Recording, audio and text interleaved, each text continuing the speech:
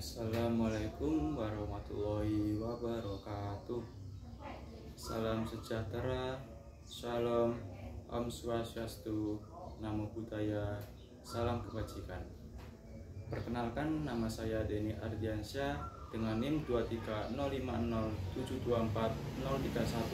dari kelas Sipil Unesa tahun 2023A. Di video kali ini, saya akan membawakan video dengan tema Saya Muda dan Bangga Berbahasa Indonesia. Apa sih yang harus dibanggakan dari bahasa Indonesia itu sendiri?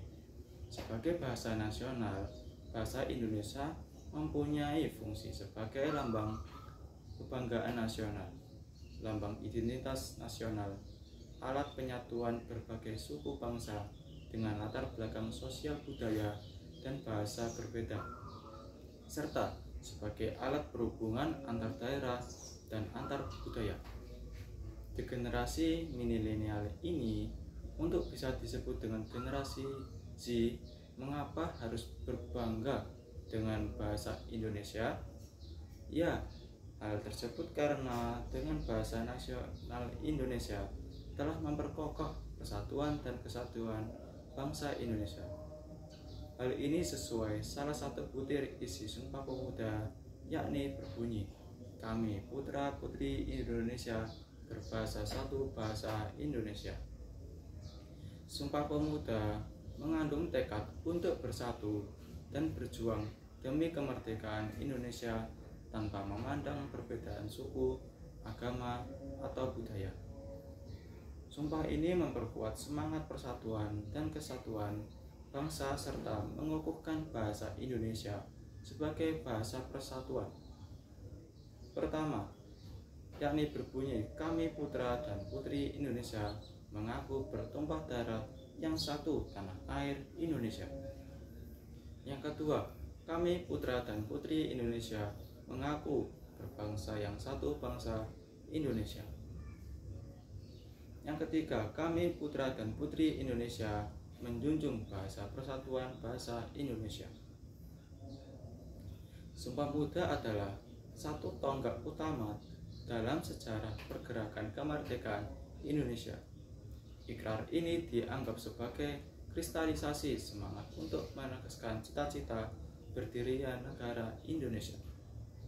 Sumpah Pemuda adalah keputusan Kongres Pemuda kedua yang diselenggarakan 2 hari, yakni tanggal 27 sampai dengan 28 Oktober tahun 1928 bertepat di tempat Batavia. Apa yang harus dilakukan generasi muda untuk meningkatkan rasa cinta terhadap bangsa Indonesia? Yang pertama, meningkatkan rasa memiliki dan menggunakan bahasa Indonesia dalam berbagai keperluan. Yang kedua, sikap tegas untuk menghindari penggunaan bahasa yang asing secara terus-menerus jika tidak memberikan dampak positif. Sebagai bangsa Indonesia, bahasa nasional bahasa Indonesia diantaranya berfungsi mempererat hubungan antar suku di Indonesia. Fungsi ini sebelumnya sudah ditegaskan di dalam butir ketiga Ikrar Sumpah Pemuda tahun 1928 yang berbunyi, "Kami putra dan putri Indonesia menjunjung bahasa persatuan bahasa Indonesia." Dalam kedudukannya sebagai bahasa nasional, bahasa Indonesia berfungsi sebagai yang pertama, lambang kebanggaan nasional. Yang kedua, lambang identitas nasional. Yang ketiga, alat pemersatu berbagai masyarakat yang berbeda-beda latar belakang sosial budaya dan bahasanya, dan serta alat perhubungan antar budaya dan antar daerah. Fungsi menurut pendapat pribadi Firoza adalah sebagai alat untuk berpikir.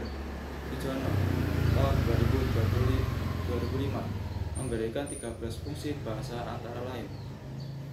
Pertama, sarana komunikasi, sarana integrasi dan adaptasi, sarana kontrol sosial, sarana memahami diri, sarana ekspresi diri, sarana memahami orang lain, sarana mengamati lingkungan sekitar, sarana berpikir logis, membangun kecerdasan, mengembangkan kecerdasan ganda, membangun karakter, serta mengembangkan profesi, menciptakan kreativitas baru.